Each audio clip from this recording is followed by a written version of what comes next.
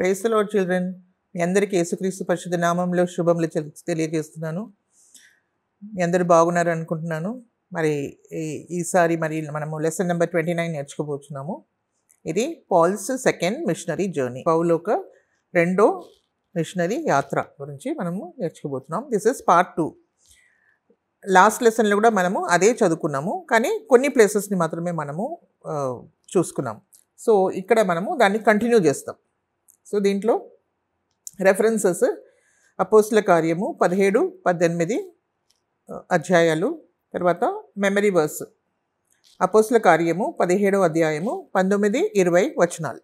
And they took him and brought him and to Areopagus, saying, May we know what this new doctrine whereof thou speakest is. For thou bringest certain strange things to our ears. We would know therefore what these things mean. అంతట వారు అతని వెంట పెట్టుకొని అరియోపగు అను సభాయొద్దకు తీసుకొని పోయి, నీవు చేయుచున్న ఈ నూతన బోధ ఎట్టిదో మేము తెలుసుకుని వచ్చినాం.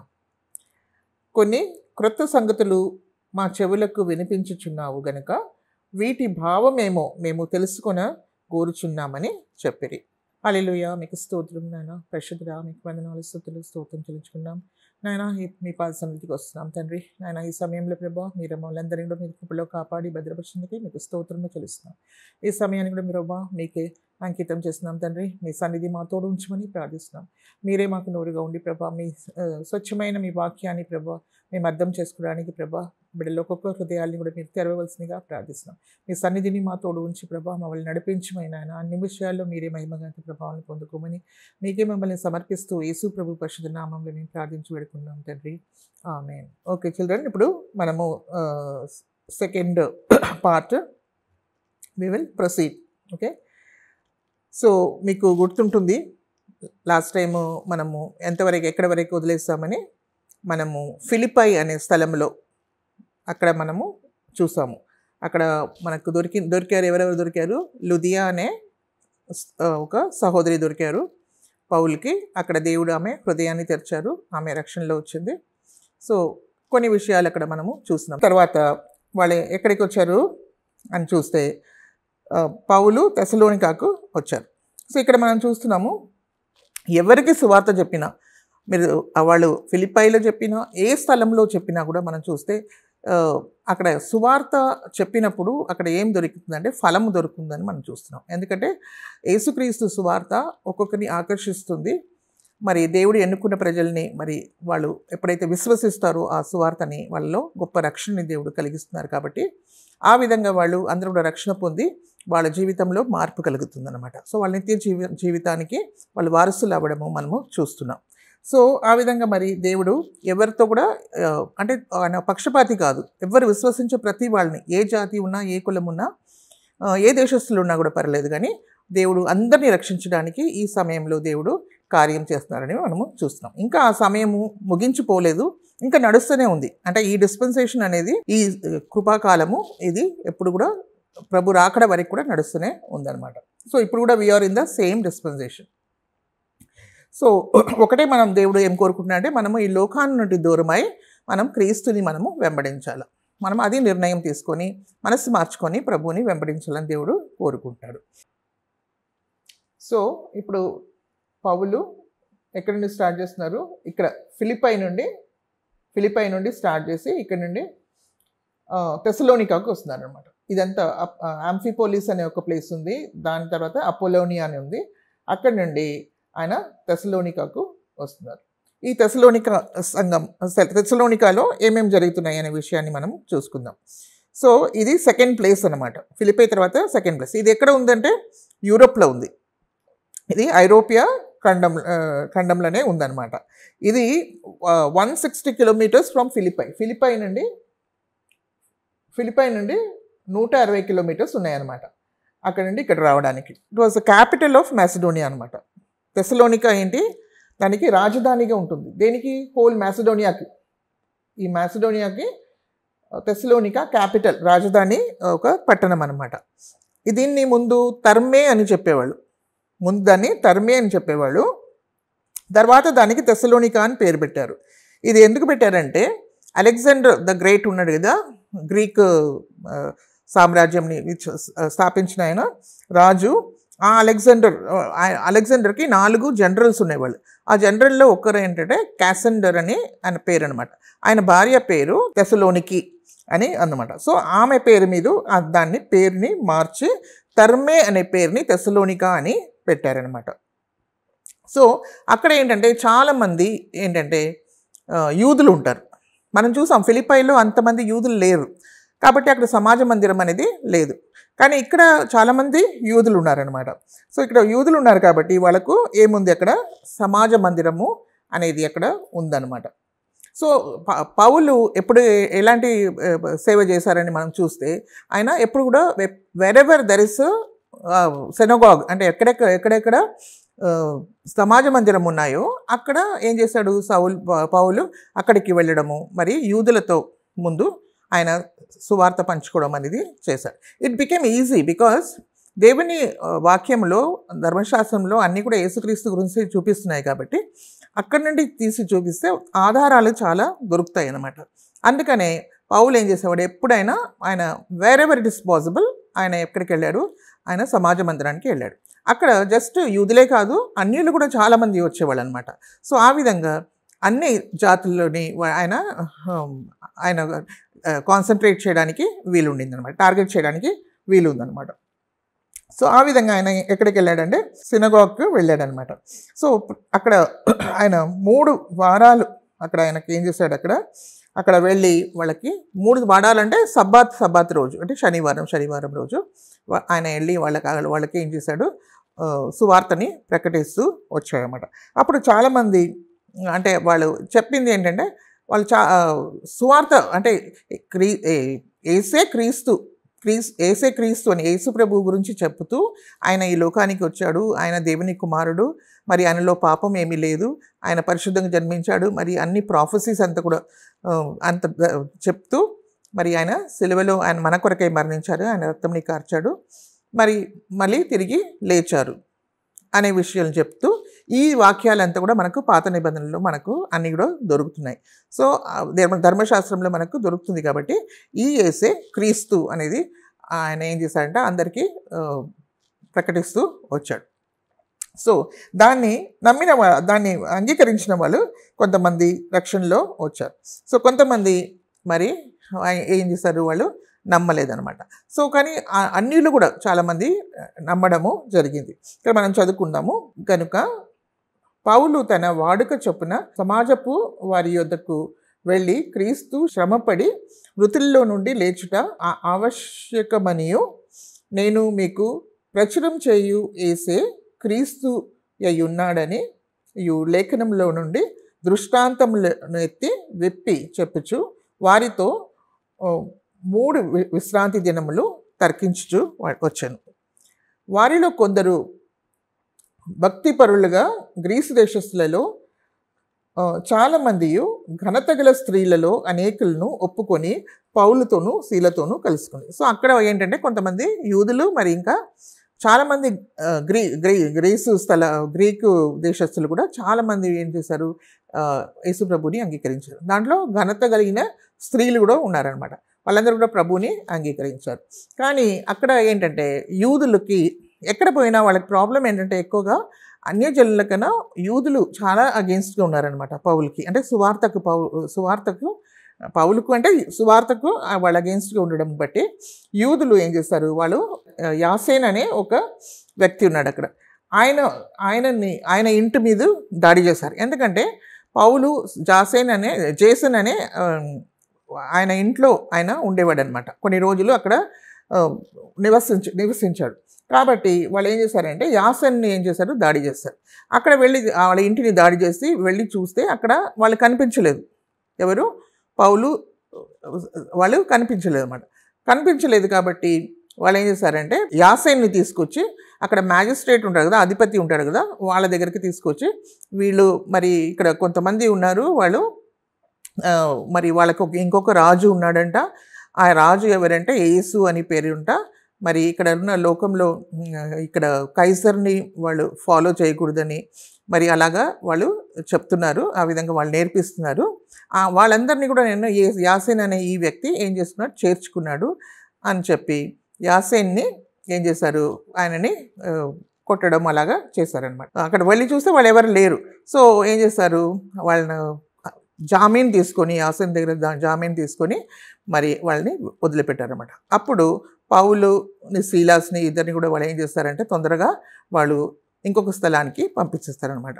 ఎందుకంటే వాళ్ళని లేకుంటే వాళ్ళు ఇంకా ఈయన మీద ఇంకా చాలా చాలా హింసలు వస్తాయని చెప్పేసి ఆయన్ని పంపించేస్తారు. తర్వాత మనం చూస్తే పౌలు మరి ఆయన తర్వాత ఇదే రెండో మిషనరీ జర్నీలోనే ఆయన కొరింథీకి వెళ్ళినప్పుడు అక్కడి నుండి తెస్సలోనియాలో ఉన్న సంఘానికి ఆయన ఏంటి 2 పత్రికలు కూడా రాసినట్టు మనము చూస్తున్నాం. మొదటి తెస్సలోనియా ఇంకా రెండో తెస్సలోనికా కూడా ఆయన ఇలాకి రాస్తారనమాట. సో ఇక్కడ ఈ కొంతకాలంలోనే ఏంటంటే చాలామంది ప్రభువుని అంగీకరించారు, చాలామంది రక్షణలో వచ్చారు. కాబట్టి అక్కడ ఒక మంచి సంఘము ఏర్పరచబడింది. కానీ అక్కడ ఉన్న ప్రజలు అక్కడ ఇంకా సాగతీయడానికి, అక్కడ ఇంకా సేవ చేయడానికి వాళ్ళు అనుమతి ఇవ్వలేదు. ఎందుకంటే అనుమతి ఇవ్వడం అంటే వాళ్ళు చాలా కలవరం తీసుకొచ్చి లోకాన్ని తలకింద చేయు వారు ఇక్కడ కూడా వచ్చి ఉన్నారు అని చెప్పేసి వాళ్ళందరినీ ఏంటంటే రేపేసి వీళ్ళ పైన దాడి చేశారు. కాబట్టి వాళ్ళు ఏం చేశారు, వాళ్ళు బేరియా అనే స్థలానికి వచ్చారనమాట. ఈ బేరియా అనే స్థలము ఇక్కడ ఉంది. ఇక్కడ ఫిలిప్పై నుండి ఆంఫిపోలిస్కి వచ్చారు, తప్ప అపోలోనియాకి వచ్చారు, తర్వాత తెస్సలోనికాకి వచ్చారు. ఇక్కడ బేరియా ఉందన్నమాట. ఈ బేరియాకు వెళ్ళిపోయారనమాట. ఈ బేరియా ఎంత 80 కిలోమీటర్స్ ఉన్నాయన్నమాట. ఎక్కడి నుండి, తెస్సలోనికా నుండి 80 కిలోమీటర్స్ ఉన్నాయి. సో ఇక్కడికి వాళ్ళు వచ్చారు, బేరియాకు వచ్చారు. ఈ బేరియాలో ఏంటంటే వాళ్ళు ఎప్పుడులాగానే వాళ్ళు బేరియాకు వచ్చిన తర్వాత కూడా పౌలు సీలాసు ఇద్దరు కూడా ఏం చేశారు, వాళ్ళు సమాజ మందిరానికి వెళ్ళారనమాట. ఎప్పుడులాగానే సమాజ మందిరానికి వెళ్ళారు. అక్కడ కూడా వాళ్ళు ఎవరెవరు ఉంటారు, యూదులు ఉంటారు, గ్రీకు దేశస్తులు ఉంటారు. సో గ్రీక్ దేశస్తులు అంటే అందరు కూడా ఉంటారు, ఇంకా అన్య జనులు కూడా ఉంటారనమాట. సో అక్కడ మరి సువార్త ప్రకటించడము, మరి ఆయన మరి వాక్యం నుండే మరి ధర్మశాస్త్రం నుండే మరి సువార్తని మరి ఆయన ప్రకటించారు. అంటే ధర్మశాస్త్రం నుండి యేసుక్రీస్తు ఈ లోకంకి రావాలా, ఏసే క్రీస్తు అని ఆయన ప్రకటించడము జరిగిందనమాట. సో అక్కడ జరిగినప్పుడు ఇక్కడ ఉన్న ప్రజలు ఎంతో మంచి ప్రజలు అనమాట. అంటే వాళ్ళు ఏంటంటే వాళ్ళు తెస్సలోనికాలో ఉన్న ప్రజల్లాగా కాకుండా మరి ఇక్కడ ఏంటంటే ముఖ్యంగా యూదులు కూడా ఏంటంటే చాలా వాళ్ళు మంచి మైండ్ కలిగిన వాళ్ళు అనమాట, ఓపెన్ మైండెడ్ పీపుల్ అనమాట. సో వాళ్ళు ఏం చేశారంటే వాళ్ళు మరి పౌలు చెప్తుంటే అదంతా కూడా విని ఇదంతా చెప్పేది కరెక్టా కాదా అని చెప్పేసి దేవుని వాక్యంని సెర్చ్ చేశారనమాట. దాన్ని వెతికి అది కరెక్టా కాదా అనేది వాళ్ళు చూసారనమాట. సో ఏంటంటే జస్ట్ బ్లైండ్గా దాన్ని రిజెక్ట్ చేయకుండా అది కరెక్టా కాదా అని వాళ్ళు ఏంటంటే దాన్ని బైబిల్లో నుండే వాక్యం నుండే వాళ్ళు చూసి ఎవరెవరైతే నమ్మారో వాళ్ళందరూ కూడా రక్షణ పొందారు. సో యూదులే కాదు, ఇక్కడ కూడా చాలామంది అన్యులు కూడా, గ్రీక్ దేశస్తులు కూడా, వేరే వాళ్ళు కూడా ప్రభుని అంగీకరించడము జరిగిందనమాట. సో బేరియాలో అక్కడ చాలా గొప్ప సేవ దేవుడు జరిగించారు. అక్కడ కూడా ఏంటంటే ఘనత కలిగిన స్త్రీలు కూడా ప్రభుని అంగీకరించారనమాట. So noble women of that area వాళ్ళు కూడా ప్రభుని అంగీకరించి వాళ్ళు రక్షణలో రావడము జరిగిందనమాట. సో ఇది మనం ఎక్కడ జరుగుతుందంటే 17వ అధ్యాయంలో 10వ వచనం నుండి మనం చూస్తే ఇది మనం ఇక్కడ చూడగలం అనమాట. తెస్సలోనికా నుండి బేరియాకి ఎన్ని కిలోమీటర్స్, 80 కిలోమీటర్స్ డిఫరెన్స్ ఉంటుంది. సో వాళ్ళకి తెలిసిపోయింది అనమాట, తెస్సలోనికాలో ఉన్న యూదులకు తెలిసిపోయింది అనమాట. పౌలు ఇక్కడ వచ్చి మరి ఇక్కడ కూడా ఆయన ఏం చేస్తున్నాడు, ఆయన యేసు ప్రభువుని ప్రచురం చేస్తున్నాడు అని చెప్పేసి వాళ్ళు ఏం చేశారంటే ఇక్కడికి కూడా వాళ్ళు వచ్చేసి ఇక్కడ కూడా ఒక గొప్ప ప్రాబ్లమ్ని క్రియేట్ చేయడము మొదలుపెట్టారనమాట. సో అందునిమిత్తమై ఆయన ఏం చేశాడు, ఆయన అక్కడ ఉండలేకపోవడము, బేరియాలో ఉండకుండా మరి ఇంకా ముందుకు సాగిపోవాలని ఆయన వెళుతున్నాడు అనమాట. అక్కడ కూడా అనేక విషయాలు జరిగినాయి. ఇక్కడ మనం చూస్తే అయితే బేరియాలో కూడా పౌలు దేవుని వాక్యంను ప్రచురించుచున్నాడని తెస్సలోనికలు యూదులు తెలుసుకొని అక్కడికి వచ్చి జనసమూహములను రేపి కలవరపరిచిరి. వెంటనే సహోదరులు పౌలును సముద్రము వరకు వెళ్ళమని పంపిరి. అయితే శీలాయు తిమోతేయు మాత్రం అక్కడనే నిలిచిపోయారు. సో ఈ విధంగా పౌల్ని వాళ్ళు ఏం చేశారు, బేరియా నుండి వాళ్ళు ముందుకు పంపించేస్తారనమాట. ఎందుకు పంపించేశారంటే ఇంకా అక్కడ కలవరం ఎక్కువ అవుతుందని చెప్పేసి వాళ్ళు సహోదరులు ఆయనని ఎక్కడికి పంపించారంటే సముద్రం దగ్గరికి పంపించారనమాట. తెస్సలోనికా, బేరియా. ఇక్కడ నుండి వాళ్ళు ఎక్కడికి వస్తున్నారు ఇప్పుడు? ఇట్స్ అ డిఫరెంట్ ప్లేస్ అనే అగైన్ ఏథెన్స్కి వస్తున్నారనమాట. ఈ ఏథెన్స్ అనే ప్లేస్ ఇది ఎక్కడంటే ఇది గ్రీస్, ఇది యూరప్, ఇది గ్రీస్ అనమాట. This also comes under that only. కానీ ఏథెన్స్ అనే స్థలానికి వస్తున్నారు, అక్కయ్య దగ్గరికి వస్తున్నారు అనమాట. అక్కయ్య అనే స్థలంలో ఏథెన్స్ అనే ప్లేస్. సో ఈ ఏథెన్స్కి వాడిని తీసుకొస్తున్నారనమాట. సో అక్కయ్యలో ఉన్న ఏథెన్స్ అది ఒక మహా గొప్ప పట్టణం అనమాట. అది దాని చరిత్ర చాలా పురాతన కాలం నుండి ఉందన్నమాట. అరౌండ్ 1000 years నుండి కూడా అది చాలా మహిమగల ఒక స్థలం అనమాట. ఇక్కడ మెయిన్లీ ఏంటంటే ఇక్కడ చాలామంది తత్వవేత్తలు ఉన్నారు. తత్వవేత్తలకి ఇది ఒక నివాస స్థలం అనమాట. లైక్ సోక్రటస్, అరిస్టోటిల్, ప్లాటో ఇలాంటి వాళ్ళు చాలా జ్ఞానం కలిగిన వాళ్ళు. వీళ్ళందరూ అక్కడ జన్మించిన వాళ్ళు అనమాట. సో ఇట్స్ అ వెరీ జ్ఞానంని చాలా వెతుకుతారనమాట. అక్కడ జ్ఞానంని వెతికే ప్రజలు ఉంటారు అక్కడ ఏథెన్స్లో. సో వాళ్ళు ఏంటంటే వాళ్ళు అనేక విధంగా మరి అంత తెలుసుకోవాలా, కొత్త కొత్త విషయాలు తెలుసుకోవాలి, ఇక్కడ ఏమేమి ఉన్నాయి అదంతా చాలా వాళ్ళకి నాలెడ్జ్ అంటే చాలా ఇష్టం అనమాట. కొత్త వాటిని వాళ్ళు వెతికి వాళ్ళు తెలుసుకోవాలని పడే ఒక ప్రజలు ఉన్నారనమాట. సో వీళ్ళేంటంటే వీళ్ళందరూ దాన్ని వెతుకుతారు, వాళ్ళు తత్వజ్ఞానాన్ని వాళ్ళు వెతుకుతూ ఉంటారనమాట. సో ఇంత తత్వజ్ఞానం అంటే ఏంటి అనేది మనం చూస్తే, తత్వజ్ఞానం ఏంటంటే మనిషి అన్నప్పుడు ఏంటి, ఆయన పడిపోయిన ఒక వ్యక్తి, ఆయనకు పరలోకంలో దేవుని గురించిన అవగాహన ఏమీ లేదు కదా, దేవుని గురించి ఏమి వాళ్ళకు తెలీదు. సో జస్ట్ వాళ్ళు ఏమనుకుంటారు ఏదో ఒకటి అని వాళ్ళు బ్లైండ్గా వాళ్ళు ఫాలో అవ్వదే తప్ప వాళ్ళు ఏం చేస్తున్నారు, వాళ్ళు పడిపోయిన ఆ మైండ్తో వాళ్ళు ఏం చేస్తారు, కొన్ని విషయాల్ని తెలుసుకొని వాళ్ళు ఏం చేయాలనుకుంటున్నారు, వాళ్ళ ఊహకు ప్రకారంగా మరి అనేక విషయాల్ని వాళ్ళు కన్సిడర్ చేస్తూ లోక ప్రకారంగా ఒక న్యాచురల్ మైండ్తో వాళ్ళు ఏం చేస్తారంటే ఒక ఫిలాసఫీ బిల్డప్ చేసేసి ఇదంతా ఏంటంటే చాలా గొప్ప విషయాలు అని చెప్తే ప్రజలందరూ దాన్ని నమ్ముతారనమాట. సో కానీ వాళ్ళకు దేవునికి ఎలాంటి సంబంధము లేదు. ఎందుకంటే అది దేవుణ్ణి తెలుసుకోవాలంటే ఇట్స్ అ రెవల్యూషన్. అది దేవుడు మనకు బయలుపరిచిన ఒక విషయం. అది దేవుడు మనకు బయలుపరిచినే తప్ప మనం పడిపోయిన మన మనసుతో మనం దేవుణ్ణి మనము తెలుసుకోలేం. అందుకని సువార్త అనేది ఏంటంటే దేవుడు బయలుపరిచిన విషయం కాబట్టి మనకు అంత గొప్పగా రక్షణ అనేది మనము అనుభవిస్తున్నాం. ఇదంతా వీళ్ళది ఏంటంటే వీళ్ళందరూ ఎన్నో ఫిలాసఫీస్ ఉంటాయి, అదంతా ఉంటే కూడా చూడడానికి వినడానికి చాలా బాగుండొచ్చు, బట్ స్టిల్ దాంట్లో పవర్ లేదు, దాంట్లో ఎంత మాత్రం కూడా పవర్ లేదు, దాంట్లో జీవం కూడా లేదనమాట. ఇది వినడానికి బాగుంది, చాలా చాలా బాగుంది అని చెప్పుకోవడానికి, ఇప్పుడు ఇది చేయాలా, మీరు ఈ మంచి కార్యం చేయాలా, అవి చేయాలా, ఇవి చేయాలని చెప్తారనమాట. సో కానీ వాళ్ళు చేయడానికి వాళ్ళకి ఏం లేదు, వాళ్ళకు శక్తి లేదు. ఎందుకంటే that is fallen man has created certain things. So దాన్ని బట్టి వాళ్ళకి ఏంటంటే అది ఎప్పుడు కూడా ఏంటంటే దాంట్లో ఓటమే ఉంటుంది. So okay, knowledge is good, knowledge ఉంది, కానీ దాన్ని మనం పాటించడానికి వాళ్ళకి శక్తి ఉందా? లేదు. అది ఎక్కడ వస్తుంది, మనకు యేసుక్రీస్తుని మనం అంగీకరించినప్పుడే మనకు ఆ శక్తి అనేది వస్తుంది అనమాట. సో వీళ్ళందరూ కూడా ఇలాగ ఉన్నారు కాబట్టి ఇలాంటి ఫిలాసఫీస్లో సోక్రటస్ ఇలాంటి వాళ్ళు, అరిస్టోటిల్ అండ్ ప్లాటో అలాంటి వాళ్ళు చాలా ఫిలాసఫీస్ అన్నీ ఉన్నాయి. చూడడానికి చాలా చాలా హై క్లాస్గా కనబడుతున్నాయి అనమాట. సాఫిస్టికేటెడ్ పీపులే దాన్ని వింటారు, అలాంటిది ఉన్నాయి. అయినప్పటికీ అక్కడ మనం చూస్తే అక్కడ పూర్తిగా ఆ స్థలం అంతా కూడా విగ్రహాలతో నింపబడి ఉందన్నమాట. సో అంత చాలా ఘోరమైన విగ్రహారాధన అక్కడ జరుగుతుంది. కాబట్టి అక్కడ ఆయన పౌలు చూస్తున్నాడు అనమాట. సో పౌలు ఏం చేస్తున్నాడు, పౌలు ఇప్పుడు సీలాసు ఇంకా తిమోతి ఇక్కడికి రాలేదు, వాళ్ళు ఎక్కడ ఉన్నారు, బేరియాలోనే ఉన్నారు అనమాట. సో వీళ్ళిద్దరు రాలేదు, మరి ఇక్కడ ఎవరున్నారు, పౌలు మాత్రమే ఉన్నాడు. వాళ్ళ కొరకు ఆయన ఏం చేస్తున్నాడు, వేచి ఉన్నాడు. ఆయన వాళ్ళు వస్తారని వెయిట్ చేస్తున్నాడు అనమాట. అలాంటి సమయంలో ఆయన అక్కడ ఆ స్థలంలో ఏం చేస్తాడు, ఆయన కొన్ని స్థలాలకు వెళ్ళి మరి వాళ్ళకు చెప్పడము జరిగిందనమాట. అక్కడ మార్కెట్ ప్లేస్లో సంతలో ఉండి మరి అక్కడ ఎవరెవరిని కలుసుకున్నారో వాళ్ళందరికీ ఆయన సువార్త చెప్తున్నాడు అనమాట, వాళ్ళందరికీ చెప్తున్నాడు. అలాగే ఉన్నప్పుడు ఆయన మరి ఆ స్థలాల్ని చూస్తే అక్కడ అన్ని ఫుల్ విగ్రహాలు ఉన్నాయి కాబట్టి అది ఆయన భరించలేకపోయాడు అనమాట.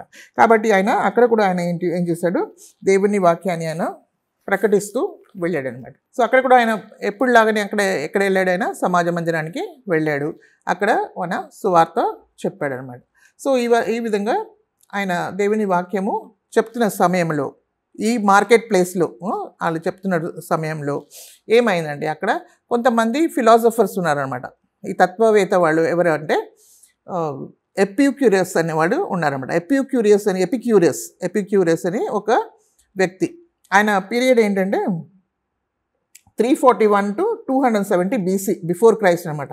క్రీస్తు పూర్వంలో ఆయన సమయం ఈ లోకంలో ఉన్నప్పుడు 341 నుండి 270 వరకు ఆయన జీవించాడు.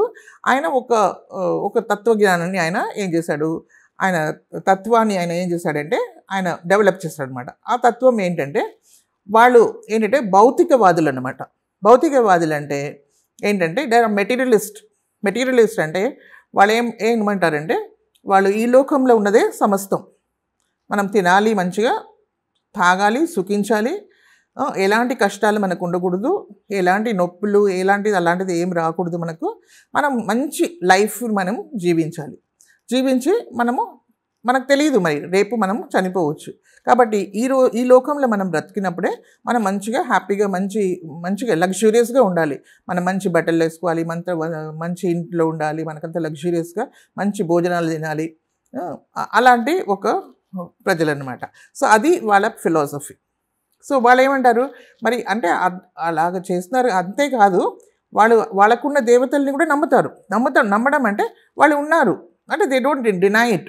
వాళ్ళు ఉన్నారు, వాళ్ళందరూ కూడా వాళ్ళ జీవితాలని వాళ్ళందరూ జీవిస్తున్నారు, వాళ్ళు మనల్ని పట్టించుకోరు, మనం వాళ్ళని ఏం అడగకూడదు, వాళ్ళు జీవిస్తున్నారు, వాళ్ళకు కూడా అన్ని శ్రమలు ఉన్నాయి, మనం కూడా ఏం చేయాలా, వాళ్ళని పట్టించుకోకూడదు, మనది మనం చూసుకోవాలి, అంతే.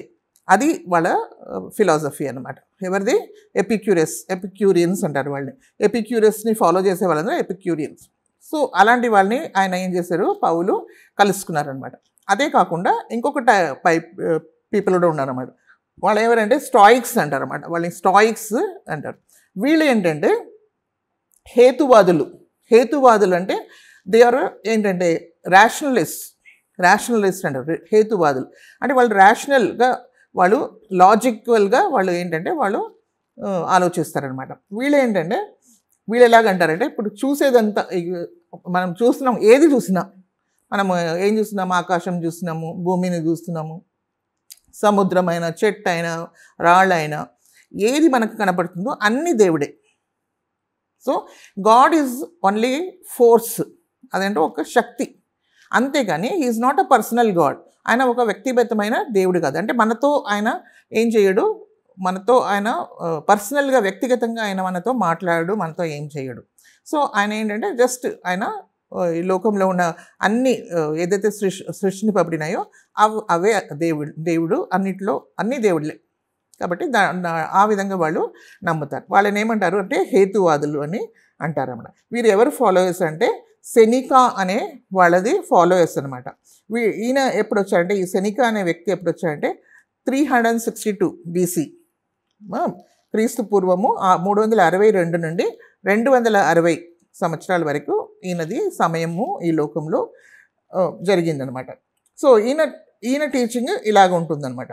సో వాళ్ళు ఏమంటారు, ఈ లోకంలో ఏదైతే కష్టాలు అనుకుంటున్నామో, దుఃఖం అనుకుంటున్నామో, అదంతా కూడా ఏంటంటే మనం ఊహ, అంతేగాని everything is good, everything is happiness అన్నీ ఉంటాయి మనకు అని చెప్తారనమాట. సో ఇలాంటి వాళ్ళని ఈయన కలుసుకున్నాడు అనమాట.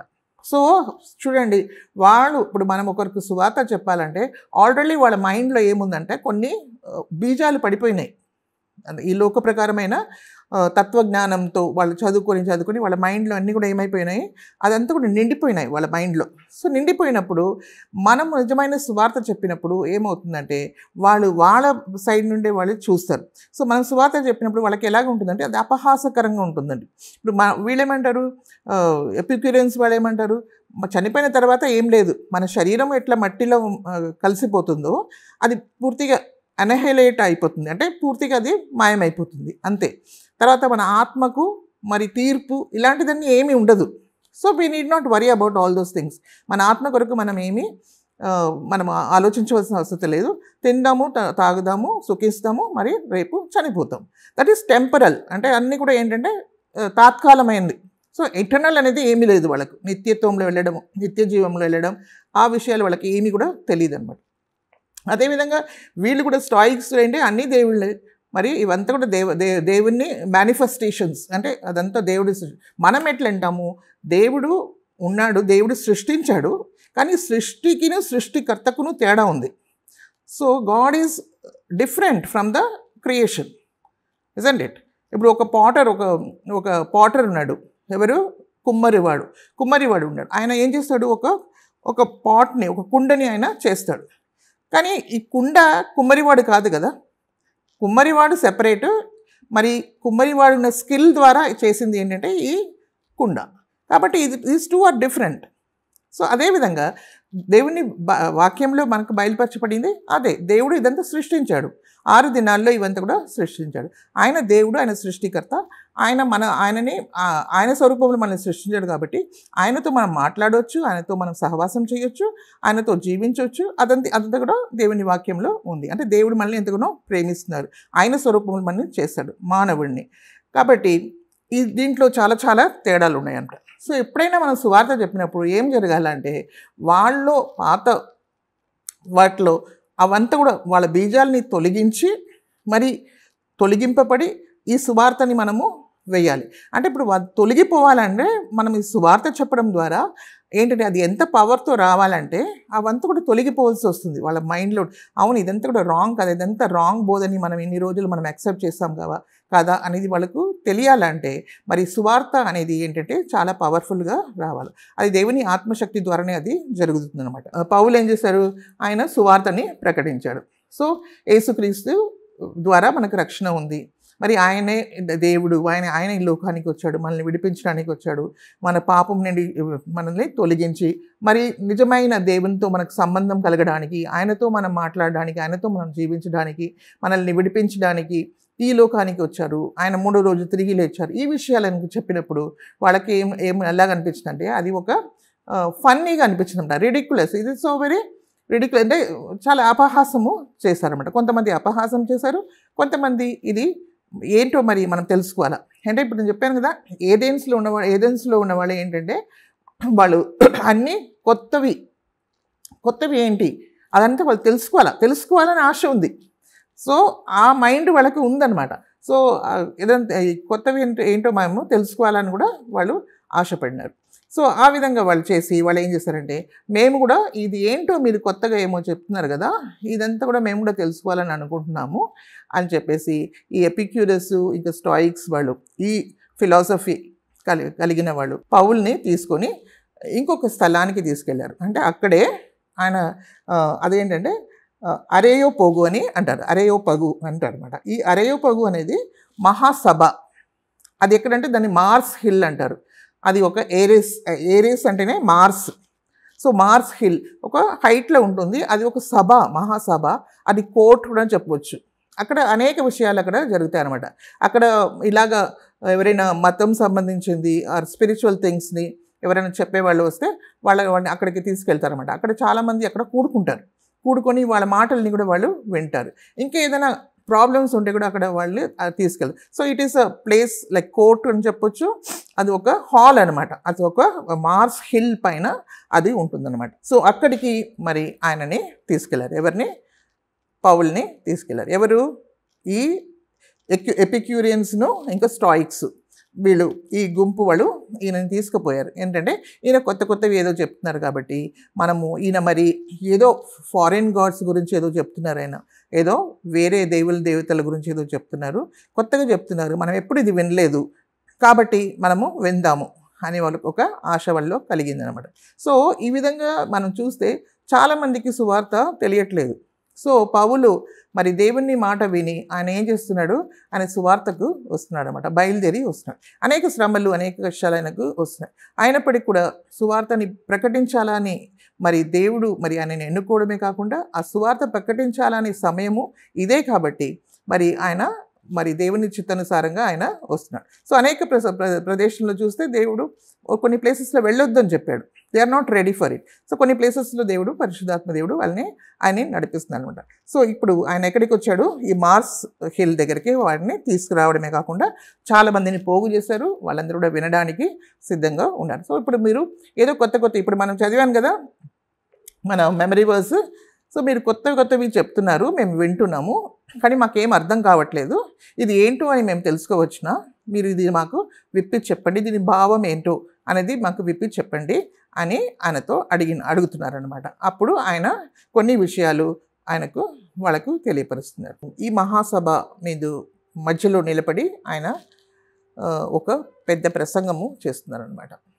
ఎందుకంటే వాళ్ళు వినాలని కోరుకున్నారు కాబట్టి అక్కడ పౌలు వాళ్ళకి సువార్త యొక్క సారాంశంని వాళ్ళకు తెలియజేస్తున్నారు. సో అన్యులకు సువార్త ఏ విధంగా చెప్పాలా అనే ఒక ప్యాటర్న్ దీంట్లో మనకు దొరుకుతుందనమాట. సో క్లియర్గా ఆయన చెప్తున్నారనమాట. ఇప్పుడు వాళ్ళు ఉన్న స్థలం నుండి వాళ్ళు బయటికి కూడా రావాలి and at the same time సత్యాన్ని వాళ్ళు అంగీకరించాలి. కాబట్టి ఆయన ఎంతగానో చాలా జాగ్రత్తగా ఆయన వాళ్ళతో మాట్లాడాలని కోరుకుంటున్నారు అనమాట. ఇదంతా కూడా మనకి ఎక్కడ దొరుకుతుందంటే అపోస్తల కార్యం 17వ అధ్యాయము 22 నుండి 31 వచనాల్లో ఇది మనము చూడగలం. సో ఇక్కడ మనము చూస్తే దీంట్లో ఒక 7 విషయాలు అయినా మనము చూడగలం, హైలైట్ చేస్తారు. దీంట్లో మనం చూస్తే మొదటిగా మనం చూస్తే ఇది 22వ వచనంలో ఉంది. అన్యులకు చెప్పినప్పుడు ఈ విధంగా మనము చెప్పడము చాలా బాగుంటుంది. సో ఆయన దేవుని ఆత్మ నడిపింపుని బట్టి ఆయన చెప్పడము చేశారనమాట. మొదటిగా ఆయన ఏం చేశాడు? వాళ్ళని అభినందించాడు. First he appreciated them. ఎలా అభినందించాడంటే ఆయన చెప్తున్నాడు 22వ వచనాల్లో. అరోపాగస్ అనే ప్లేస్లో నుండి ఆయన ఆ మహాసభలో చాలా జ్ఞానులు, లోకప్రకార జ్ఞానులు వాళ్ళు ఉన్నారు. ఆ లోకప్రకారమైన జ్ఞానులతో ఎలాగ మాట్లాడుతున్నారో మనం చూద్దాం. అంటే దేవుని వాక్యంని ఆయన ఏ విధంగా how he's bringing out the gospel అనేది మనము చూడవచ్చు.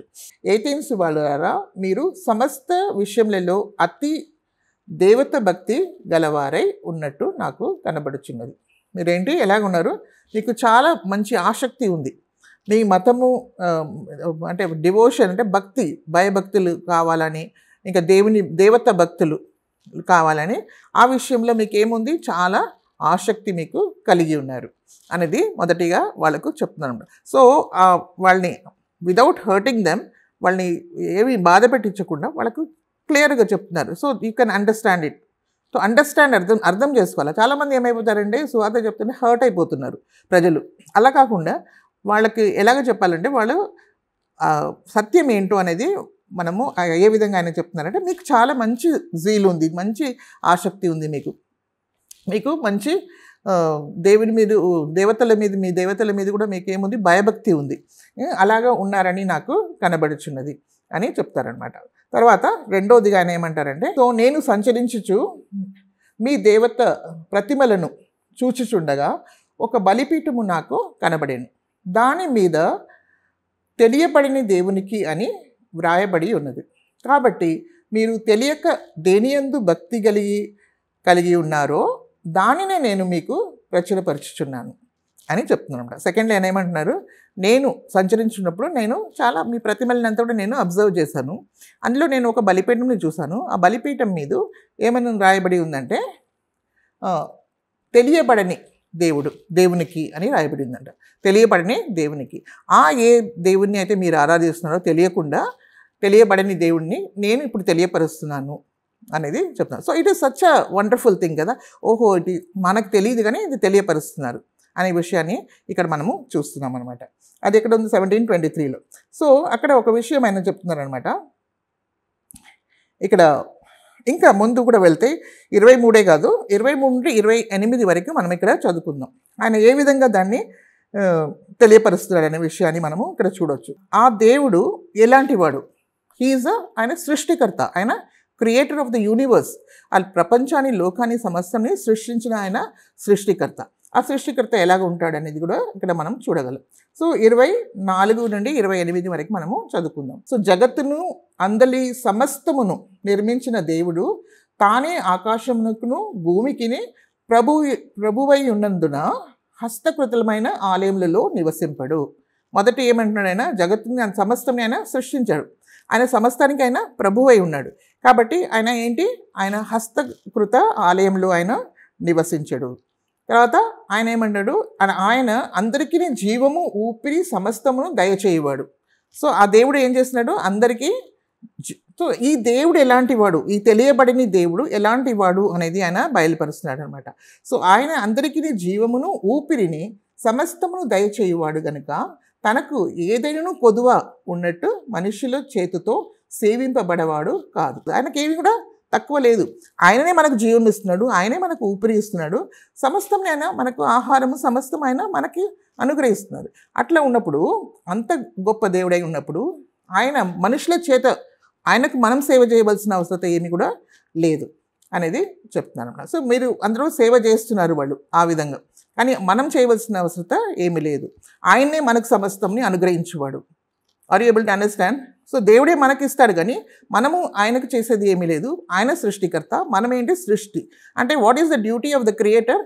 Creator provides. దేవుడు క్రియేటర్ అంటే సృష్టికర్త ఏం చేస్తాడు, మనకు అనుగ్రహిస్తాడు. మన సృష్టి ఏం చేస్తారు, మనం రిసీవ్ చేసుకుంటాం. మనం రిసీవ్ అంటే మనం పొందుకుంటాం. మనం పొందుకోకుండా మనకేం దొరకదు, ఎందుకంటే ఆయన సృష్టికర్తనే. ఆయన ఏది మనకు దొరికినా కూడా దేవుడే మనకు ఇవ్వాలి. కాబట్టి ఏ మంచిది మనకు దొరకాలంటే కూడా దేవుడే మనకు ఇవ్వాలి. కాబట్టి సృష్టికర్తయే ఉన్నాడు, కాబట్టి మనము సృష్టిలో అయి ఉన్నాం, కాబట్టి మనము ఆయనకు చేయవలసినది ఏమి కూడా అక్కడ లేదు అనేది చెప్తున్నాను అనమాట. యావత్ భూమి మీద కాపురం ఉండుటకు ఆయన యొక్కని నుండి ప్రతి జాతి మనుషులను సృష్టించి, వారు ఒకవేళ దేవునిని తడవులాడి కనుగొందురేమో అని తను వెదకు నిమిత్తము నిర్ణయ కాలమును వారి నివాస స్థలం యొక్క పొలిమిరలను ఏర్పరచను.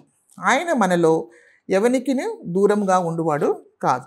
అక్కడ ఏమంటున్నాడు అక్కడ, మరియు భూమిలో అంతా కూడా యావత్ భూమి అంతా కూడా కాపురం ఉండటానికి ఆయన ఒక్కని నుండి ప్రతి జాతి మనుషులను, ఒక్క మనిషి నుండే ఆయన ఏం చేశాడు, ఒక్క కపుల్ ఆదాం హవ్వ నుండే ప్రతి జాతి మనుషుల్ని సృష్టించారు.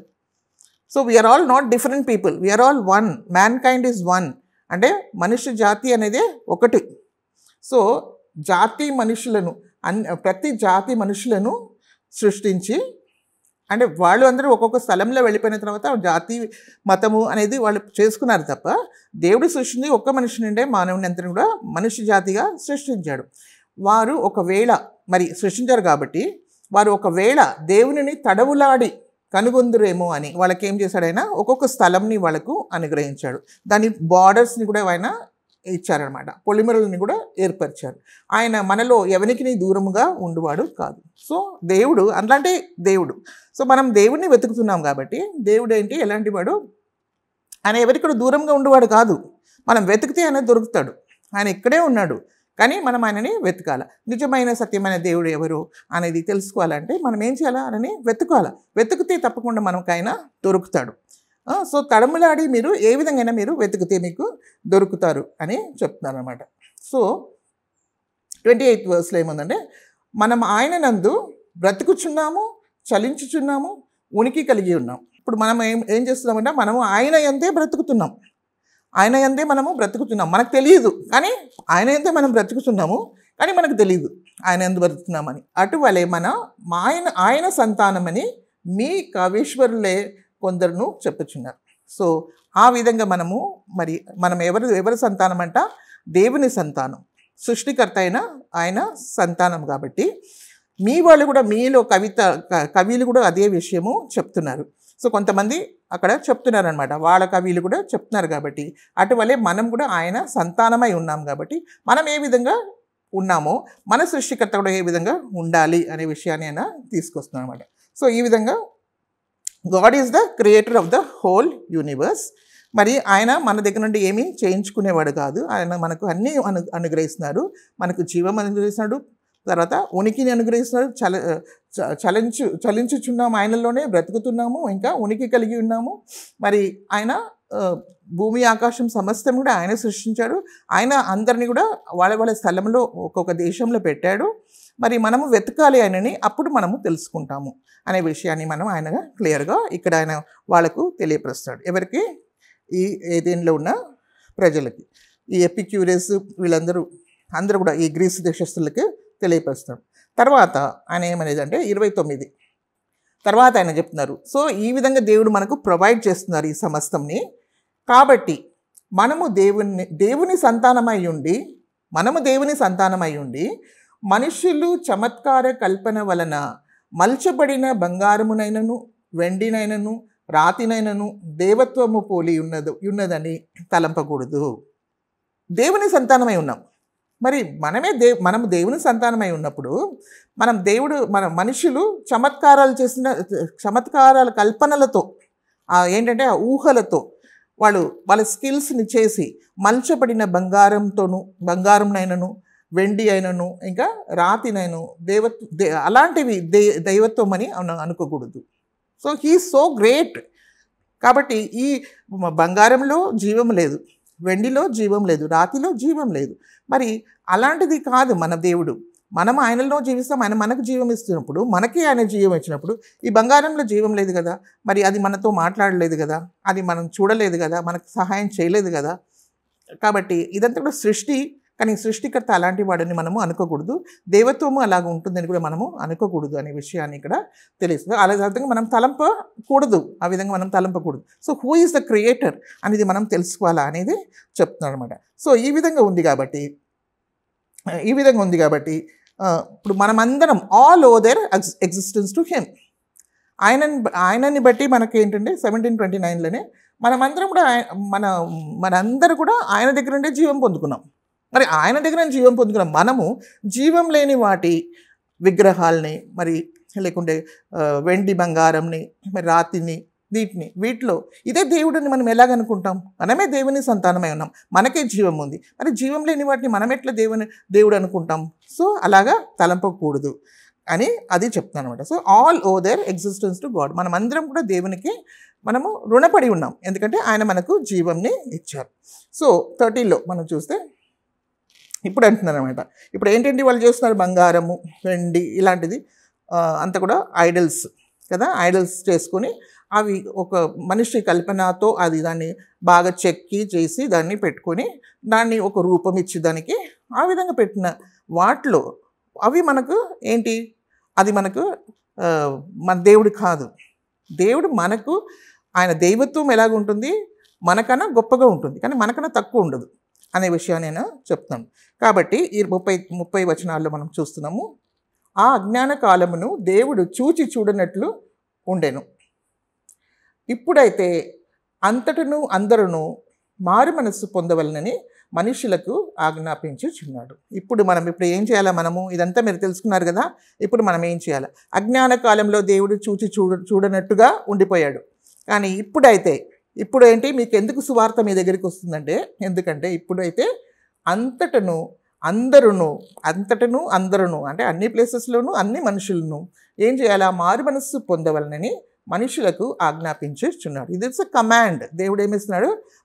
మారు మనస్సు పొందండి అని వాళ్ళందరికీ కూడా చెప్తున్నారు అనేది ఆయన చెప్తున్నారు అనమాట. సో దేవుడే ఈ సువార్తని అనుగ్రహిస్తున్నారు. కాబట్టి మీరు ఈ మీనింగ్లెస్ వర్త్లెస్ థింగ్స్, పనికిరాని వ్యర్థమైన బంగారం ద్వారాను మరి చేసిన వెండి ద్వారా చేసిన ఆ ప్రతిమలకి అది దేవుళ్ళు కావు, కానీ మనకు జీవం ఇచ్చిన దేవుడు గొప్పవాడు, ఆయన మీద విశ్వసించాలని నమ్మండి, మరి మీరు మారుమనసు పొందండి అని చెప్తున్నారు అనమాట. అది 5వదిగా మనము చూస్తున్నాం.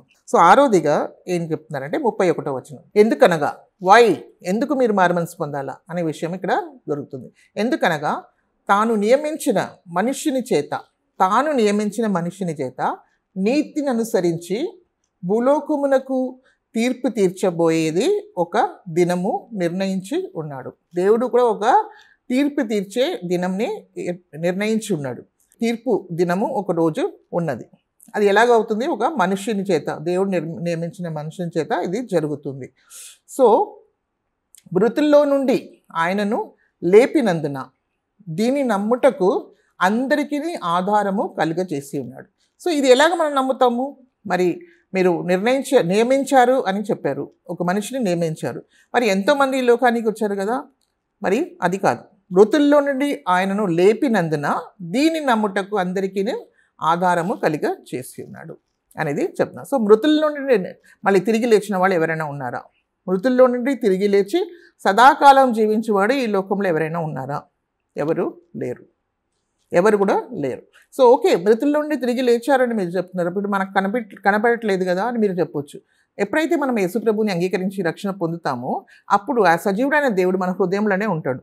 మనకు ఆ జీవం, ఆత్మీయ జీవాన్ని మన దేవుడు మనకు అనుగ్రహిస్తున్నాడు. యేసుక్రీస్తే మనలో జీవిస్తున్నాడు. సో అది వేరే వాళ్ళు మనకు చెప్పనవలసిన అవసరత ఉండదన్నమాట. మనలో ఆ గొప్ప జీవాన్ని మనం దినం అనుభవిస్తాం. ఆ జీవించు క్రీస్తు ఉన్నాడు కాబట్టి ఆయన మనలో వచ్చి ఆయన్నే మన ద్వారా జీవిస్తాడు, మనలో నుండి ఆయననే జీవిస్తాడు అనమాట. ఈ died and rose again. So ఈ రిజరెక్షన్ అనేది అక్కడ లేకపోతే, అక్కడ పునరుద్ధానం అనేది అక్కడ లేకపోతే క్రిస్టియానిటీ ఈజ్ జీరో. ఎందుకంటే లోకమంతా కూడా అక్కడ పునరుద్ధానం లేదు, ఎక్కడ కూడా లేదు, కానీ ఓన్లీ ఇన్ క్రైస్ట్. సో క్రీస్తు మరణము చాలా చాలా ఇంపార్టెంట్. ఆయన పాతి పెట్టడం అంటే అది సమాప్తమైంది. పాత మనుషుడు చనిపోయాడు, మరి ఒక నూతన మనుషుడు. ఈ నూతన మనుషుని ద్వారా, ఆ క్రీస్తు ద్వారా, యేసుక్రీస్తు ద్వారా మన అందరికీ తీర్పు జరగపోతుంది. ఎవరైతే నమ్మలేదు వాళ్ళకి తీర్పు జరుగుతుంది. ఎవరైతే నమ్ముతున్నారో వాళ్ళకు ఏం దొరుకుతుంది? రక్షణ దొరుకుతుంది.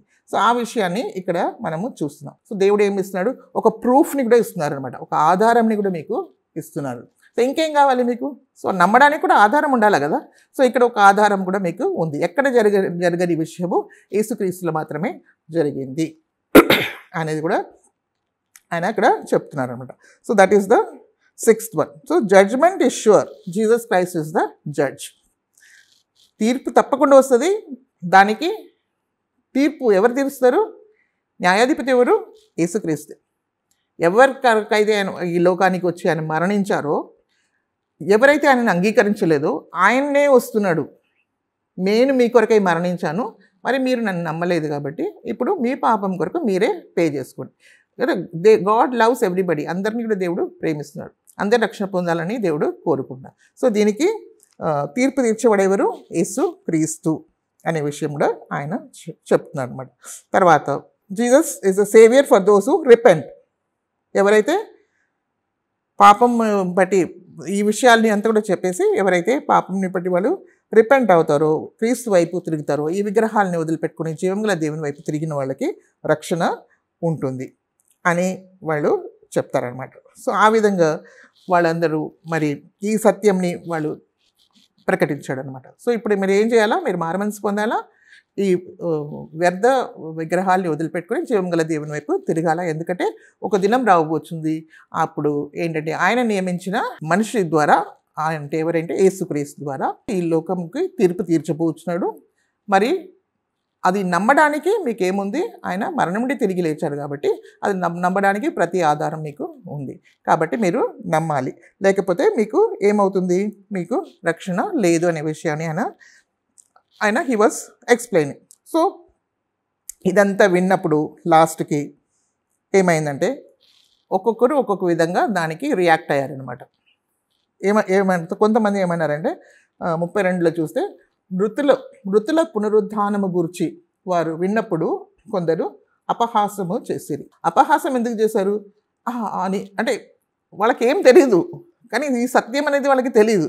అయినప్పటికీ వాళ్ళు ఏం చేస్తున్నారు? దాన్ని విశ్వసించలేదు కాబట్టి వాళ్ళకి అది అపహాసంగా కనిపించింది. మరి కొందరు దీని గురించి నీవు చెప్పినది ఇంకొకసారి విందుమని చెప్పింది. సో ఒకటేసారి వాళ్ళకి అర్థం కాలేదనమాట.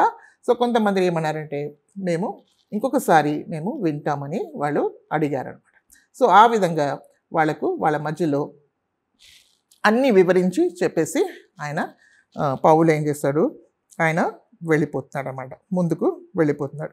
సో మనం చూస్తే ఏథేనియన్స్, ఇక్కడ వీళ్ళు ఏథేనియన్స్లో ఈ అరిపోకోస్లో ఇంత పెద్ద ఒక మార్స్ హిల్ పైన ఆయన చేసిన ఈ ప్రసంగము చాలా ఇంపార్టెంట్ ప్రసంగము. మరి ఈ సువార్తని ఆయన వాళ్ళకి వెత్తి వెళ్ళాడు. మరి తప్పకుండా దేవుడు ఆయన ఇమ్మీడియట్గా అక్కడ గొప్ప రిజల్ట్ని ఆయన ఎక్కువగా చూడలేదు. అయినప్పటికీ కూడా చాలామంది రక్షణలో వచ్చారు ముందు మనం చూసాం కదా ఏథెన్స్లో. కానీ ఇక్కడ కూడా మనం చూస్తే వీళ్ళందరూ ఏంటంటే గ్రీక్ దేశస్తు వాళ్ళు ఏం చేస్తారు అడుగుతారంట, జ్ఞానంని అడుగుతారు. గ్రీక్ దేశస్తు వాళ్ళు జ్ఞానంని అడుగుతారు. ఎందుకంటే వాళ్ళు మనం చూస్తున్నాం బైబిల్ అలాగా రాసి ఉంది. సో మరి గ్రీక్ దేశస్తు ఎవరికి ఏం కావాలా? జ్ఞానం కావాలి. మరి యూదులకు ఏం కావాలా? సూచక క్రియలు కావాలి కదా. సూచక క్రియలు ఎవరికి కావాలా? యూదులకు కావాలి. కాబట్టి వీళ్ళకి జ్ఞానం కావాలి, ఎవరికి? గ్రీక్ దేశస్తులు. కానీ పౌలు ఎవరిని ప్రీచ్ చేస్తున్నాడు ఇక్కడ? సిలువ వేయబడిన క్రీస్తుని ప్రీచ్ చేస్తున్నాడు. ఎందుకంటే సిలువ వేయబడిన క్రీస్తు ద్వారానే మనకు రక్షణ ఉంది. ఈ ఈ ఈ యేసుక్రీస్తు మరణించి తిరిగి లేచాడు అనే ఆ సిలువ వేయబడిన క్రీస్తు గురించి మనం ప్రకటిస్తే ఆ జ్ఞానము చాలా గొప్ప జ్ఞానము, అది పరలోకం నుండి వచ్చిన జ్ఞానము. మరి వీళ్ళది ఏంటంటే లోక ప్రకారంగా వచ్చిన జ్ఞానం. ఈ గ్రీక్ దేశస్తులు ఏంటంటే లోక ప్రకారంగా వచ్చిన జ్ఞానం. అది అంటే పడిపోయిన ఒక మానవుని ద్వారా వచ్చిన జ్ఞానం. అది ఇలాంటిది అన్నీ కూడా చేసుకుందన్నమాట. కానీ క్రీస్తు ద్వారా మనకు ఎవరైతే క్రీస్తుని అంగీకరిస్తారో వాళ్ళకి ఏంటంటే వాళ్ళకు పరలోక జ్ఞానం వాళ్ళు కలిగి, మరి ఈ గ్రీక్ దేశస్తుల జ్ఞానంని కూడా అది ఏం చేస్తుంది? ఓడించేస్తుంది. ఇంకా ఓడించేసి మరి ఆయన పరలోక జ్ఞానంతో మళ్ళీ దేవుడు నింపుతాడు. ఏంటంటే it's totally a new creation. ఈ పాత క్రియేషన్లో ఉన్న జ్ఞానం ఏంటంటే ఎక్కడి నుండి వచ్చింది? సాతాను. అది అక్కడ మంచి చెడువులు తెలుసుకునే ఆ చెట్ల నుండి తినేవాళ్ళు, వాళ్ళ ద్వారా వచ్చిన జ్ఞానం అనమాట. సాతాను అన్నాడు కదా, ఇవి తింటే మీరుకేంటి కళ్ళు తెరవబడతాయి, మీరన్నీ దేవతలు వలె ఉంటారు అని చెప్పింది. సో ఆమె హవ్వ ఏమంటుంది? అవును, ఇది తింటే ఈ ఆహారము జ్ఞానం ఇచ్చినట్టుకు చాలా తెలివి ఇవ్వడానికి ఇది చాలా బాగుంది, రమ్యంగా ఉంది అని చెప్పేసి ఆమె తింటుందన్నమాట. సో ఆ జాతిలో నుండి వచ్చిన వాళ్ళకు ఇది అపహాసంగా కనిపించవచ్చు. కానీ ఎవరైతే విశ్వసిస్తారో వాళ్ళకి ఇది సిలువ వేయబడిన ఈ సువార్త యేసుక్రీస్తుని నమ్మడం ద్వారా వాళ్ళకి ఏం దొరుకుతుందంటే అది దేవుని శక్తియు దేవుని జ్ఞానమై ఉందన్నమాట. దేవుని జ్ఞానము దేవుని శక్తి అయి ఉంది. సో ఇది మనకు ఇక్కడ క్లియర్గా కనబడుతుంది. సో ఈ విధంగా ఏథెన్లో ఆయన సువార్తని విత్తేసి ఏం చేశారు? ఆయన దేవునికి అప్పగించుకుని ఆయన ముందుకు వెళ్ళిపోతున్నాడు. పౌలు ముందుకు వెళ్ళిపోతున్నాడు. సో నెక్స్ట్ ఇక్కడ ఏథెన్స్ నుండి నెక్స్ట్ ప్లేస్కి ఇప్పుడు వెళ్తున్నాడు అనమాట. ఇప్పుడు ఏంటంటే ఏథెన్స్ నుండి నెక్స్ట్ ప్లేస్ ఏంటంటే కొరింత్కు వెళ్తున్నారు. ఇది ఎన్ని కిలోమీటర్స్ అంటే 80 కిలోమీటర్స్ ఉన్నాయన్నమాట. ఏథెన్స్ నుండి 80 కిలోమీటర్ ఉంది. సో ఇక్కడ ఏథెన్స్ ఉంది కదా. సో ఇట్ ఈస్ ఇన్ అకయ్య అంటే ఏథెన్స్ నుండి కొరింత్కి వస్తున్నాడు అనమాట. ఈ కొరింత్కి ఇక్కడ రావడము జరిగింది. కొరింత్కి క్యాపిటల్ సిటీ సెంచరియా, ఇది క్యాపిటల్ అనమాట. కొరింత్కి సెంచరియా క్యాపిటల్. ఇక్కడికి ఎవరు వచ్చారు? పౌలు వచ్చారు. సో ఏథెన్స్లో పౌలు ఒక్కడే ఉన్నాడు, ఒక్కడే ఆయన సేవ చేశారనమాట. ఈ కొరింథు ఎలాంటి ఒక పట్టణం అని మనం చూస్తే, this is famous for trade and commerce. అంటే ఇక్కడ వాణిజ్యానికి కేంద్రం, అదే కాకుండా వ్యాపారం కూడా చాలా అక్కడ ఉన్నాయన్నమాట. చాలా సంపత్తి కలిగిన ఒక పట్టణమే, సంపత్తి బాగుంది వాళ్ళకు. సో ఆ విధంగా ఉన్న ఇది ఏంటంటే ఒక్క రోజు రావాలంటే ఇక్కడ నుండి కొరింథుకి రావాలంటే, ఏథెన్స్ నుండి కొరింథుకి రావాలంటే వాళ్ళు ఒక రోజు వాళ్ళకు పడుతుందన్నమాట. సో ఇది అంత పెద్ద మంచి ఒక సంపత్తి కలిగిన ఒక పట్టణం ఉన్నప్పటికీ కూడా ఇది కొరింథీ అంటేనే ఏంటంటే అది చాలా చాలా అనైతికత కలిగిన ఒక స్థలం అనమాట. అంటే ఇమ్మారల్ సిటీ. అంటే అక్కడ ఏంటంటే జారత్వము ఎక్కువ, శరీర ఇచ్ఛలు, శరీర ఆశలు దాన్ని పూర్తి చేసుకునే ప్రజలు ఉన్నారనమాట. అది ఏ విధంగా ఉండని ఆ విధమైన ప్రజలు ఉన్నారనమాట. సో వేశ్యలు అక్కడ ఏంటంటే ఒక గాడెస్ అంటే ఒక దేవత ఉందన్నమాట. ఆ దేవత పేరంటే అఫ్రోడేట్ అనే ఒక దేవత, ఒక గుడి ఉంది అక్కడ. అది చాలా ఫేమస్. అది ఫేమస్ కానీ అక్కడ చాలా చాలా అసహ్యమైన విషయాలు అక్కడ జరుగుతాయి అన్నమాట. అక్కడ ఏంటంటే 1000 మంది ఆడపిల్లలు అక్కడ ఆ గుడికి అంకితమై ఉంటారనమాట. సో అక్కడ అంతా కూడా చెడు కార్యాలే జరుగుతాయి అన్నమాట, మంచివి ఏది కూడా జరగదు. అలాంటి ఒక స్థలం అనమాట. అక్కడ దాన్ని బట్టి అక్కడ ఉన్న ప్రజలు కూడా ఏంటంటే అంత కూడా ఇలాంటి విషయాలకు వాళ్ళు ఏంటంటే బానిసలుగా ఉన్నారనమాట. ఆ దేవత ఎలాంటిదంటే ఆమె లైంగిక కోరిక మరియు సంతాన ఉత్పత్తికి దేవత అనమాట. ఆమె అలాంటి ఒక దేవత, ఇలాంటి ఒక దేవత అది అని. సో అక్కడ ప్రజలు కూడా ఆ దేవత దగ్గరికి పోయి దాన్ని పూజిస్తారు. పూజించినప్పుడు ఏమవుతారు, అలా ఏది అది ఎలాంటిదో అదే వీళ్ళు కూడా అవుతారు. ఇలాంటి ఒక పాపంతో నింపబడిన ఒక స్థలము. ఇక్కడ వేశ్యలు ఎక్కువ ఉంటారు. ఇంకా ఎవరికి కూడా ఏంటంటే ఒక రెస్ట్రిక్షన్స్ అనేది ఏమీ లేదు వాళ్ళకి, ఒక కంట్రోల్ అనేది ఏది లేదనమాట వాళ్ళ జీవితంలో. వాళ్ళకు ఏమి కావాలో వాళ్ళు చేయొచ్చు, అలాంటి ఒక ప్లేస్. సో ఇక్కడ ఆయన వచ్చినప్పుడు ఆయన ఒకటే అనుకున్నాడు. ఈ స్థలానికి వచ్చినప్పుడు ఆయన ఏమనుకున్నాడంటే, ఈ స్థలంలో నేను ఏమని ప్రీచ్ చేయాలనుకున్నానంటే, యేసుక్రీస్తుని ఎలాగ ప్రీచ్ చేయాలనుకున్నానంటే, సిలువ వేయబడిన క్రీస్తుని మాత్రమే నేను ఏం చేస్తాను, ఇక్కడ ప్రకటిస్తానని నిర్ణయించుకొని ఆయన ఇక్కడికి వచ్చినట్టు మనము చూస్తున్నాం. సో అది 1 కొరింథీ 2:1-5 మనం చూస్తే, కొరింథీకి రాసిన పత్రిక ఉంది కదా, దాంట్లో మనం చూస్తే అది నిజంగా ప్రజలు చాలామంది ప్రభుని అంగీకరించడము జరిగింది. సో సహోదరులారా, నేను మీ యొద్దకు వచ్చినప్పుడు వాక్చాతుర్యముతో కానీ జ్ఞానాతిశయముతో కానీ దేవుని మర్మమును మీకు ప్రకటించుచు వచ్చిన వాడను కాను. నేను యేసుక్రీస్తును అనగా సిలువ వేయబడిన యేసుక్రీస్తును తప్ప మరి దేనిని మీ మధ్య ఎరగకుండునని నిశ్చయించి కొంటిని. మరియు బలహీనతతోనూ భయముతోనూ ఎంతో వణుకుతోనూ మీ యొద్దకు నుంటిని.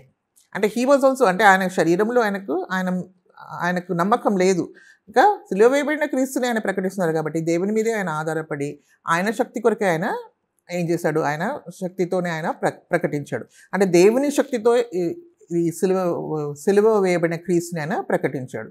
మీ విశ్వాసము మనుషుల జ్ఞానమును ఆధారం చేసుకొనక దేవుని శక్తిని ఆధారం చేసుకొని ఉండవలనని నేను మాట్లాడినను సువార్త ప్రకటించినను జ్ఞానయుక్తమైనది అయిన మాటలను వినియోగింపక పరిశుద్ధాత్మయు దేవుని శక్తియు కనపరచు దృష్టాంతంలోనే వినియోగించి తిని. ఆయన మీద నమ్మకం లేదు, ఆయన దేవుని మీదే ఆధారపడి మరి సిలువ వేయబడిన క్రీస్తుని మరి ప్రకటించడం ద్వారా మీ విశ్వాసం కూడా ఎవరి మీద ఉండాలి, ఆ దేవుని మీదే ఉండాలి, ఆ శక్తి దేవుని శక్తి మీదే ఉండాలి. కానీ మానవ జ్ఞానం పైన అది ఆధారపడి ఉండకూడదు అని చెప్తున్నారు అనమాట. కొయ్యి అనే మాటలు కాకుండా దేవుని శక్తిని బయలుపరిచే దేవుని ఆత్మ ద్వారానే నేను మీతో మాట్లాడాలని కోరుకున్నానని చెప్తున్నాను. That your faith should not stand in the wisdom of men but in the power of God. So మనుషుల జ్ఞానం పైన కాదు కానీ దేవుని శక్తి మీద ఆధారపడి ఉండాలి, అప్పుడు మీ విశ్వాసము నిజమైన విశ్వాసం అని చెప్తున్నారు. సో ఇక్కడ వచ్చినప్పుడు ఆయన ఈ విధంగా అక్కడ కొరింథీలో ఉన్న వారికి అక్కడ ప్రకటించారు అని మనము చూడగలం. ఇక్కడ ఏంటంటే పౌలు ఏథెన్స్ను వదిలిపెట్టి ఇక్కడ కొరింథీకి వచ్చారనమాట. కొరింథీకి వచ్చి అక్కడ పొంతు ఇక్కడ ఉంది కదా, ఈ ప్రాంతంలో ఉన్న వ్యక్తి ఆయన, ఓకే, ఇక్కడ ఉన్న వ్యక్తి ఆయన నుండి ఒక ఆయన వచ్చాడు ఆ స్థలం నుండి. ఆయన పేరు అక్విలా, ఆయన భార్య పేరు ప్రిసిల్లా. ప్రిసిల్లా అనే వాళ్ళు అనమాట. వాళ్ళు అప్పుడే రీసెంట్గా అక్కడ వచ్చారు. ఎందుకు వచ్చారంటే క్లౌడియస్ అనే చక్రవర్తి ఆజ్ఞాపించాడనమాట, యూదులు ఇక్కడ ఉండడానికి వీలు లేదు, ఇక్కడ రోమ్లో ఇటలీలో ఉండడానికి వీలు లేదు, మీరందరూ ఇక్కడ అంటే అక్కడ వెళ్ళిపోండి అని చెప్తే ఈ అక్విలా ప్రిసిల్లా వాళ్ళు కూడా ఏం చేశారు, కొరింథీకి వచ్చారనమాట. సో మరి ఈయన కూడా మరి పౌలు మరి ఆయన దగ్గరికి వస్తారన్నమాట. ఎందుకు వస్తారంటే ఆయన కూడా ఏంటంటే పౌలు ఏం చేస్తారంటే ఆయన సువార్త చెప్పినప్పుడు ఆయన ఏం చేస్తారు, ఆయన వేరే సంఘాల మీద ఆధారపడకుండా ఆయన సొంత ఆహారము, ఆయన లైవ్లీహుడ్ కొరకు ఆయన ఏం చేస్తారంటే ఆయన సొంత పని చేసుకుంటారనమాట. సో ఆ పని ఏంటంటే డేరా చేసే పని.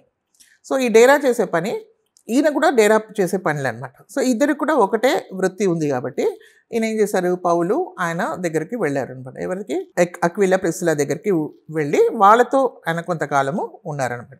సో ఇక్కడ వచ్చిన తర్వాత కూడా కొరింథీలో కూడా ఏమైందంటే ఆయన యాజ్ యూజువల్ సమాజ మందిరానికి వెళ్ళడము, మరి అక్కడ యూదులకు స్వార్థ ప్రకటించడము, మరి అక్కడ వచ్చిన అన్యులకు కూడా సువార్త ప్రకటించడము చేశారనమాట. అన్యజనులకు అపోస్తులను మరి యూదులకు కూడా ఆయన ఏం చేయాలి, ఆయన సువార్తని స్పష్టం చేయాలని ఆయన పిలుపులో ఉంది. దేవుడు అందుకొరకే ఆయన పిలిచాడు. కాబట్టి యూదులకు కూడా ఆయన ఏం చెప్తాడు, ఆయన యూదుల్ని ఆయన వదిలిపెట్టట్లే. ఏ స్థలంకు పోయినా ఆయన ఏం చేస్తాడు, యూదులకు ముందుగా చెప్తారనమాట. సో అది ఎక్కడ జరుగుతుంది, సాధ్యమవుతుందంటే సమాజ మందిరంలో. ఇక్కడ కూడా ఆయన సమాజ మందిరానికి వచ్చి ఆయన ప్రకటించడము మొదలుపెట్టాడనమాట. సో ఆ సమయంలో శీలాయు తిమోతియు వాళ్ళు కూడా ఏంటంటే వాళ్ళు కూడా ఈయనని వచ్చి కలుసుకుంటారనమాట.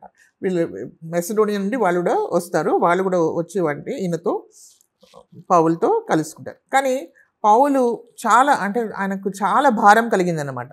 యూదుల గురించి చాలా భారం కలిగి మరి మాటిమాటికి వెళ్ళి మరి వాళ్ళతో తర్కించడము జరిగింది. సో వాక్యం నుండి తీసి మరి యేసే క్రీస్తు అని ఇంత క్లియర్గా అన్ని ప్లేసెస్లో రాయబడి ఉంది కాబట్టి మీరు యేసుప్రభుని నమ్మండి అని చెప్పి ఎన్నో ఆయన ఆ విషయాన్ని విశ్వాసం ద్వారా మనకు రక్షణ దొరుకుతుంది అని చెప్పేసి వాళ్ళు చెప్తున్నప్పుడు వాళ్ళకు చాలా చాలా కోపం వచ్చిందనమాట. ఎవరికి, యూదులకు.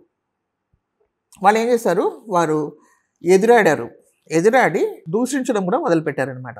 ఎవరిని, పౌల్ని దూషించడం మొదలుపెట్టారు. పౌల్ని దూషించడము మరి వాళ్ళు యేసుక్రీస్తును దూషించి ఉండొచ్చు. సో మెయిన్లీ అదే కదా మెయిన్ అక్కడ. సో వాళ్ళు దూషించి మరి వాళ్ళు చాలా ఈయన మీద ఎదురు తిరిగారనమాట. అప్పుడు ఏం చేశాడు ఆయన, పౌలు ఆయన వస్త్రములను దులుపుకొని, మీ నాశనమునకు మీరే ఉత్తరవాదులు, నేను నిర్దోషిని, ఇక మీదట అన్యజనుల యొద్దకు పోవుదునని వారితో చెప్పారు అని చెప్పేసి అక్కడి నుండి ఆయన వెళ్ళి మరి దేవుని యందు భక్తి గల తీతియు అనే ఒక వ్యక్తి అనమాట, అక్కడికి ఆయన వెళ్ళిపోతాడనమాట. సో ఇప్పుడు ఇంతవరకే ఎవరితో ఉన్నాడు, అక్విలా ప్రిస్కిల్లాతో ఉన్నారు కదా. తర్వాత యూదులకు చెప్పినప్పుడు ఆయన ఏమన్నాడు, ఇప్పటి నుండి నేను మీ యొద్దకు రాను, ఇంకా నేను అన్యుల దగ్గరికి వెళ్ళిపోతానని. కొరింథీలు అంటే ఆయన ఏంటంటే ప్రతి చోట కూడా ఎప్పుడైతే యూదులు వద్దు అనుకుంటారో మరి అప్పుడు వాళ్ళని వదిలేసి వేరే అన్యులకు వెళ్ళి చెప్తూ ఉంటారనమాట. సో నెక్స్ట్ ప్లేస్కి పోయినప్పుడు మళ్ళీ వాళ్ళని యూదుల్ని ఆయన వదిలిపెట్టాడు, అక్కడ కూడా ఆయన చెప్తారు. కానీ వాళ్ళు అంగీకరిస్తే సరే, లేకుంటే ఆయన ముందుకు వెళుతున్నట్టు మనం చూస్తున్నాం అనమాట. సో ఇక్కడ ఆయన దుమ్ముని కూడా దులిపివేసి, వస్త్రంలో దుమ్ముని దులిపివేసి ఆయన ముందుకు వెళ్ళిపోయి, ఆయన ఒక వ్యక్తి ఉన్నారనమాట. ఆయన పేరు ఏంటంటే తీతియు యూస్తు అని ఉందనమాట ఆయన పేరు. ఆయన ఏంటంటే సమాజ మందిరానికి ఆనుకొని ఉంటుందన్నమాట ఆయన ఇల్లు. ఆ ఇంట్లో ఆయన వెళ్ళి ఉంటాడు. ఆయన దేవుణ్ణి నమ్మాడనమాట, దేవునికి భక్తి కలిగిన ఒక వ్యక్తి. ఓకే, సో అలాగా ఉన్నప్పుడు అక్కడ వెళ్ళి ఆయన వాళ్ళతో ఉన్నాడనమాట. అక్కడ ఉన్నప్పుడు ఏమవుతుందంటే, సమాజ మందిరంలో ఉన్న చీఫ్ రూలర్, సమాజ మందిర అధికారి, ఆయన పేరు క్రిస్పస్. ఆయన ఏంటి, ఆయనను ఆయన ఇంటి వారందరూ కూడా ప్రభుని నమ్ముతారనమాట, విశ్వాసం ఉంచుతారు. వాళ్ళ బాప్టిజం కూడా తీసుకోవడము జరిగిందనమాట. అప్పుడు చాలామంది అన్యులు ప్రభువుని అంగీకరిస్తారన్నమాట. ఆ సమయంలో ఈయన రక్షణలో రాగానే చాలామంది అన్యులు కూడా ఆయనని ప్రభువుని అంగీకరిస్తారనమాట. సో వాళ్ళు ఏంటంటే వాళ్ళు జ్ఞానం లేని వాళ్ళు, ఇంకా చదువు లేని వాళ్ళు, అలాంటి వాళ్ళు కూడా చాలామంది ప్రభువుని అంగీకరించారు ఈ కొరింథీ ప్లేస్లో. సో అంగీకరించినప్పుడు దేవుడు మరి ఆయనకు రాత్రి వేళలో ఒక దర్శనం అనుగ్రహించారనమాట. ఎవరికి, పౌలుకి. నువ్వు ఇక్కడే ఉండాలి, నువ్వు ఇప్పుడే వెళ్ళకూడదు, నువ్వు మాట్లాడు, నాకు ఇక్కడ ఈ స్థలంలో చాలామంది ఉన్నారు అని చెప్తున్నారనమాట. రాత్రి వేళ దర్శనమందు ప్రభువు, నీవు భయపడక మాట్లాడుము, మౌనముగా ఉండకము, నేను నీకు తోడై ఉన్నానని, నీకు హాని చేయుటకు నీ మీదికి ఎవడును రాడు, ఈ పట్టణములో నాకు బహు జనము ఉందని పౌలుతో చెప్పగా, అతడు వారి మధ్య దేవుని వాక్యంని బోధించుచు 1 సంవత్సరము మీద 6 నెలలు అక్కడే నివసించను. పౌలు ఏం చేశాడు, అక్కడే 1 సంవత్సరం 6 నెలలు అక్కడే ఉన్నాడంట. ఎందుకంటే దేవుడు ఆయనకి దర్శనంలో చెప్పి మరి ఇక్కడ నా కొరకు చాలామంది ఉన్నారు అని చెప్పినప్పుడు ఆయన దేవుని వాక్యానికి లోబడి అక్కడే 1.5 సంవత్సరం అక్కడ ఉండి అక్కడ ఉన్న వాళ్ళకి మరి దేవుని వాక్యంని ప్రకటించారు. సో ఒక రక్షణ పొందడం సరిపోదు, రక్షణ పొందిన తర్వాత వాళ్ళకి దేవుని వాక్యం అనే ఆహారంని వాళ్ళకి ఇచ్చి మరి వాళ్ళకి ఇంకా తెలియదు, వాళ్ళకి సంపూర్ణమైన సత్యం తెలియదు కాబట్టి అక్కడే ఉండి వాళ్ళకు వాక్యంని ప్రకటిస్తూ ఆయన వచ్చాడనమాట. ఆ సమయంలో ఏమైందంటే గలియోను అని అక్కయ్యకు అధిపతిగా ఉన్నాడనమాట ఒక ఆయన.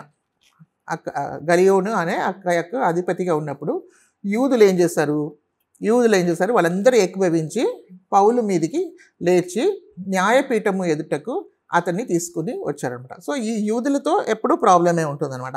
ఈ యూదులు ఏం చేశారు అంటే నమ్మని యూదులు, కొంతమంది నమ్మిన వాళ్ళు పౌలుతో ఉన్నారు, సీలాస్తో ఉన్నారు. కానీ నమ్మని యూదులతో ఏంటంటే వాళ్ళు చాలా వ్యతిరేకం చేస్తారనమాట.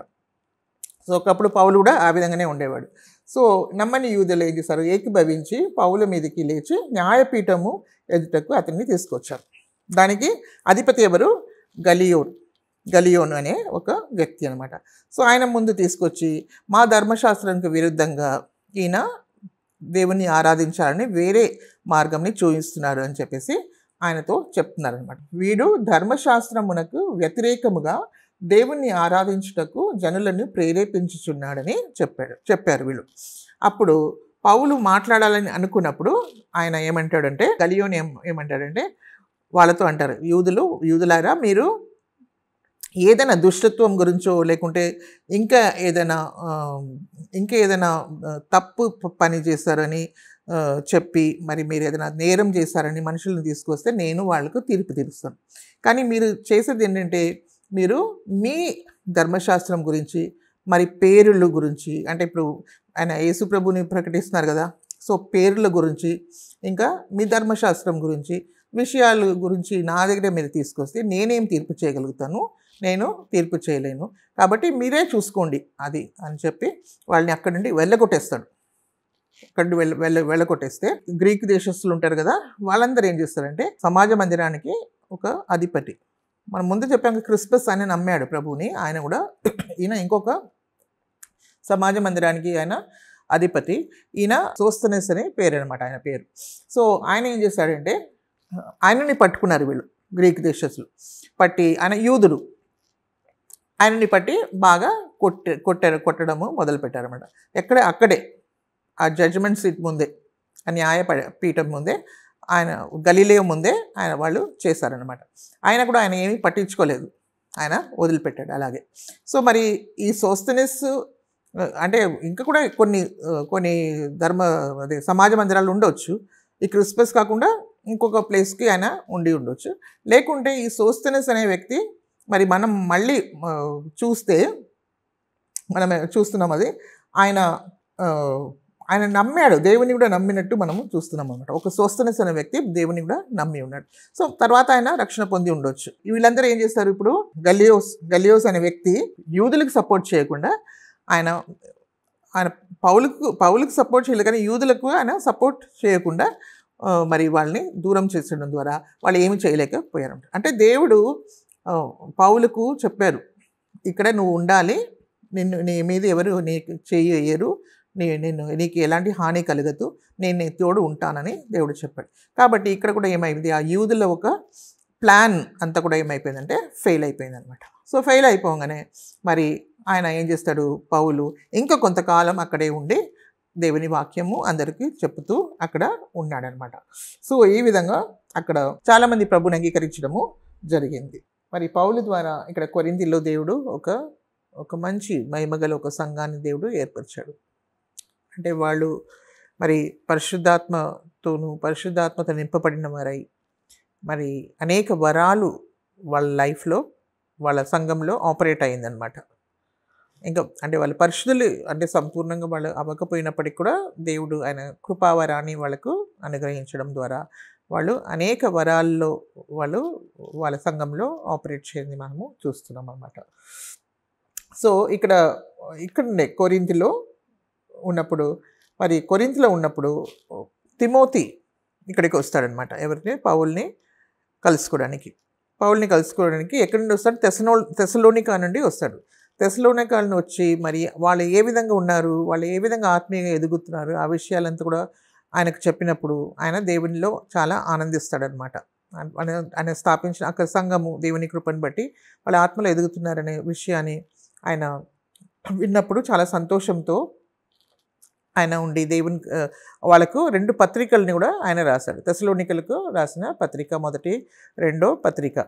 దాంట్లో మెయిన్ థీమ్ ఏమనగా రెండో రాకడ గురించి, యేసుక్రీస్తు రెండో రాకడ గురించి దాంట్లో రాయబడి ఉందన్నమాట. సో మనకు అంటే రక్షణ పొందిన మనకు ఈ లోకము సమస్తం కాదు, కానీ ప్రభువుని అంగీకరించి రక్షణ పొందిన వారికి ప్రభు రాకడలో మనం ఎప్పుడు నిత్య ఆనందంతో మనం దేవునిలో ఉంటాము అనే ఆ విషయాల్ని, మరి ఆయన దేవుని మీద ఉన్న నిరీక్షణ ఎలాంటిదో అనే విషయాల్ని ఆయన దాంట్లో తెలియపరుస్తున్నాడు అనమాట. సో ఆ విధంగా మరి అనేక మర్మాల్ని కూడా అక్కడ దాంట్లో మనము చూడగలం. సో ఏ విధంగా మనకు రక్షణలో ఏ విధంగా ఉంటుందని, మరి వాళ్ళని ఆత్మీయంగా ఎదిగింప చేయడానికి కూడా దేవుని వాక్యము వాళ్ళ క్షేమాభివృద్ధి కొరకు 2 పత్రికలు, మరి కొరింథీలో ఉన్నప్పుడు తెస్సలోనికల కొరకు ఆయన 2 పత్రికలు రాసి, ఇది మొదటి పత్రిక ఆయనది, మొదటి 2 తెస్సలోనికలు రాసి వాళ్ళకు పంపించారనమాట. కొరింథీలో చాలా కాలం అక్కడ ఆయన ఉన్నారు కదా. తర్వాత వాళ్ళ సంఘంలో అందరితో మరి మాట్లాడి మరి ఆయన సెలవు పుచ్చుకొని ఆయన కొరింథీ నుండి ఆయన ఎక్కడికి వస్తున్నాడంటే సెంచరియాకు వస్తున్నాడు. కెంకరియాకు ఇక్కడికి ఆయన వస్తున్నాడు అనమాట. కెంకరియాకి ఎందుకు వస్తున్నాడు అని మనం చూస్తే ఆయన అంటే ఇది టచ్ చేస్తున్నాడు. యాక్చువల్లీ కొరింథీ నుండి ఆయన యాక్చువల్లీ ఎక్కడికి రావాలి, ఆయన సిరియాకు రావాలని కోరుకున్నాడు. సో ఎక్కడి వస్తుంటే ఆయన ఎవరిని అక్విలాని ప్రిస్సిల్లాని కూడా ఆయన వారితో పాటు తీసుకొని వస్తున్నాడు, ఆయనతో పాటు తీసుకొని వస్తున్నారు అనమాట. సో ఇక్కడ తీసుకొచ్చినప్పుడు ఫస్ట్లో ఇక్కడ కెంకరియాకు వస్తున్నాడు అనమాట. ఇక్కడ ఆయనకు ఒక చిన్న పని ఉందన్నమాట. ఆయన దేవుని దగ్గర మొక్కుబడి చేసుకున్నాడు.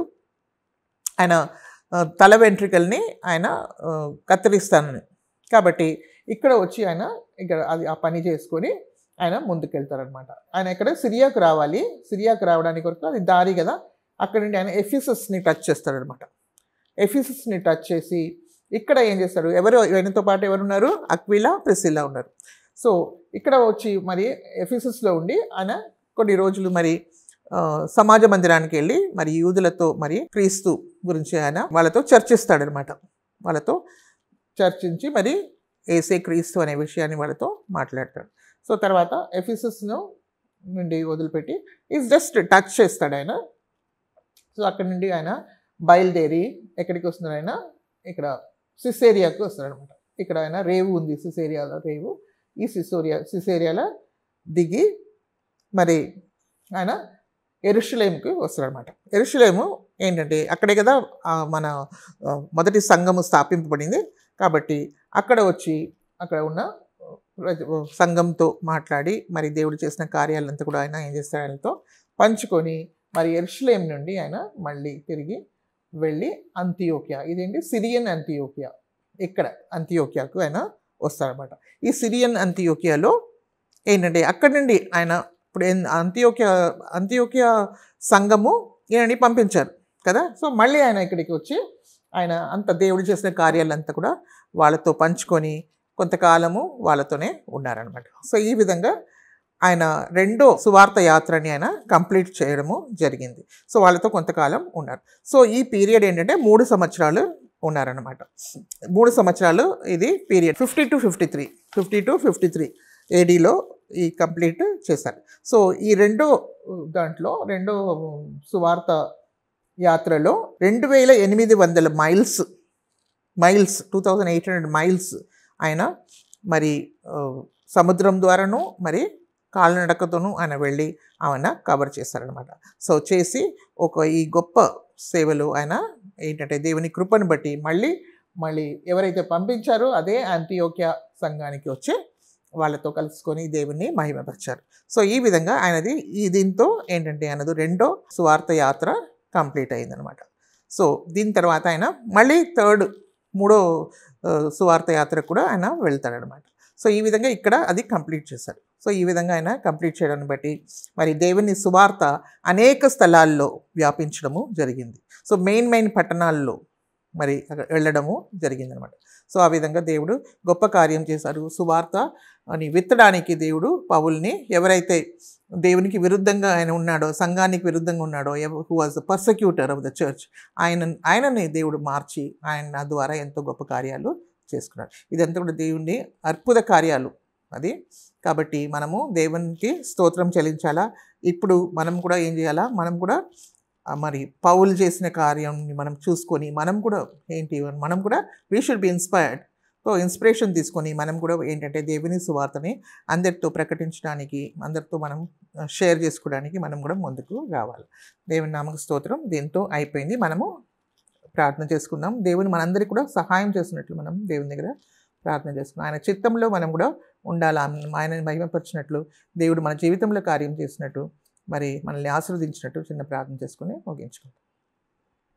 దేవా పరిశుద్ధుడా, మీకు స్తుతులు స్తోత్రం చెల్లిస్తున్నాం నాయన. ఇంతవరకు ప్రభా నాయన ఈ గొప్ప విషయాల్ని ప్రభా, పౌలు ఒక రెండో యాత్రని ఆయన ఏ విధంగా ప్రభా నాయన ఒక జయవంతంగా ముగింపగలిగాడు అనే విషయాల్ని మేము చదువుకున్నాం ప్రభా. అనేక కష్టంలో, అనేక దుఃఖంలో, అనేక శ్రమల్లో, అనేక ఎదిరింపులో కూడా ప్రభా మీరు ప్రభా ఆయనతో ఉండి ఏ విధంగా వాళ్ళని ముందుకు నడిపించారో, విశ్వాసంతో బయలుదేరినప్పుడు ప్రభా నాయన మేము గొప్ప కార్యాలను మనం చూడగలం ప్రభా. ఆయన అనేకులు రక్షణలో వచ్చినప్పుడు ప్రభా ఎంతో ఆనందకరమైన విషయాలుగా మేము చూడగలం ప్రభా. నాయన మీరు ప్రభా ఇప్పుడు విన్న ప్రతి బిడ్డను కూడా మీరు దీవించండి, మీరు ఆశీర్వదించండి. వాళ్ళలో మీ పరిశుద్ధాత్మ కార్యం జరిగించండి ప్రభా. నాయన మీ ఆత్మకార్యం జరిగినప్పుడు ప్రభా ఎన్నో గొప్ప కార్యాలు జరుగుతాయి. కాబట్టి బిడ్డలందరినీ మీరు ఆశీర్వదించండి. వాళ్ళ జీవితాలను మీకు సమర్పించుకొని మీ చిత్తం కొరకు వాళ్ళు కనిపెడుతూ ముందుకు సాగగలగడానికి మీరు సహాయం చేయమని, వాళ్ళ తల్లిదండ్రులను మీరు ఆశీర్వదించి బలపరచమని మీకే వందనాలు స్తుతులు స్తోత్రములు చెల్లిస్తూ యేసు ప్రభు అతి పరిశుద్ధ నామంలో మేము ప్రార్థించి పెడుకున్నాం తండ్రి. ఆమేన్.